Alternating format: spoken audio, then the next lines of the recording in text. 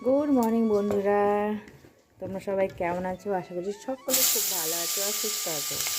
তো অনেক দিন পরে আবারও ব্লগ ভিডিও নিয়ে আসছি, চেষ্টা করছি আবার নিয়ে আসার, কারণ বন্ধ দিয়েছিলাম, একা সামলাতে পারছিলাম না, ওই জন্য। তো এখন বাজছে কটা বলে, তো এখন 10টা প্রায় বাজছে।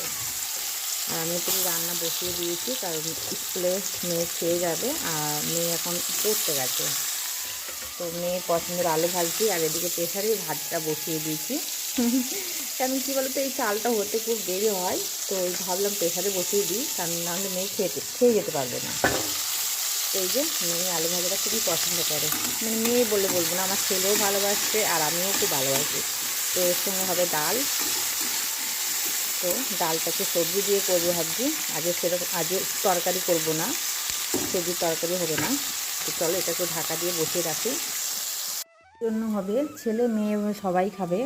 তো সবজি দিয়ে ডাল করবো, গাজর দেবো, পেঁপে দেবো, মটরশুঁটি দেবো, পালং শাক দেবো। তো সেটা এখন কাটবো। আর ওদিকে তো দেখতে পাচ্ছ সব বসিয়ে দিয়েছি, দেখো হচ্ছে, ততক্ষণ আমি এগুলো কেটে নিই।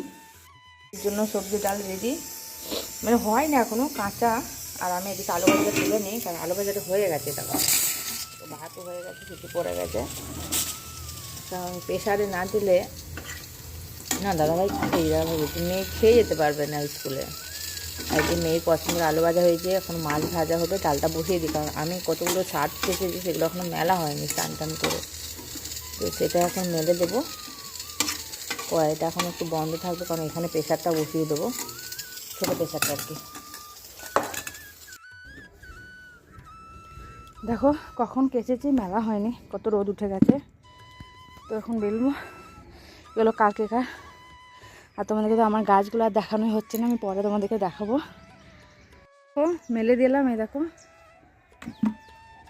সব মেলা হয়ে গেছে। এখন নিচে যাবে, মেয়েকে রেডি করবো, মেয়ে স্কুলে যাবে। আর দরজা এখন খোলা, দেখো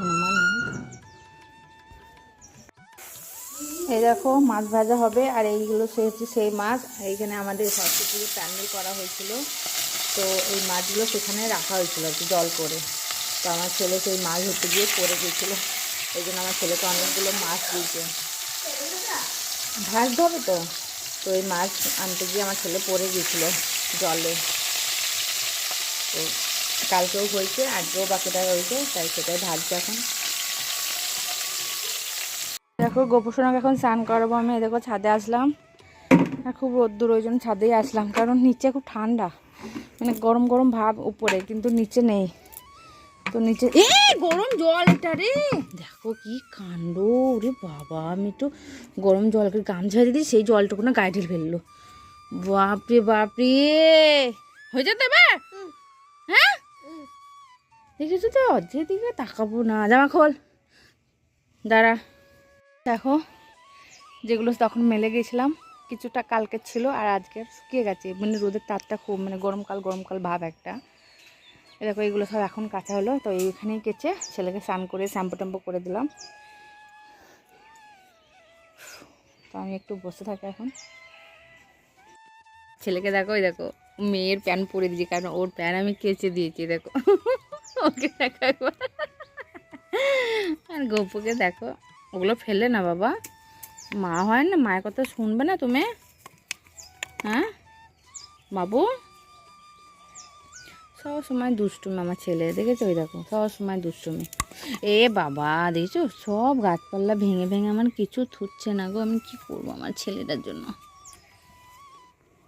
ছেলের কাণ্ড দেখো, আমি যে উপরে গেছিলাম, দেখলে আমি শর্ট ভিডিও বানাচ্ছিলাম, এসব করছিলাম উপরে, ঘরে আমি বসেছিলাম, আমার বাবা ফোন করছিল, এদিকে সব কলটা চালিয়ে দিয়ে গেছে, আমি খেয়াল করে দেখো সব জল শেষ করে দিয়ে গেছে, শেষ, পুরো ট্যাঙ্কি খালি। দেখো কি দস্তিপনা হয়েছে না আমার ছেলেটা, কি দেখো কোনো জল নেই, আর একটু একদম ঝিরিঝিরি পড়ছে। সে কখন গেছে ধরো আমি উপরে। তো চলো এখন খাওয়াবো, জল ভরবো।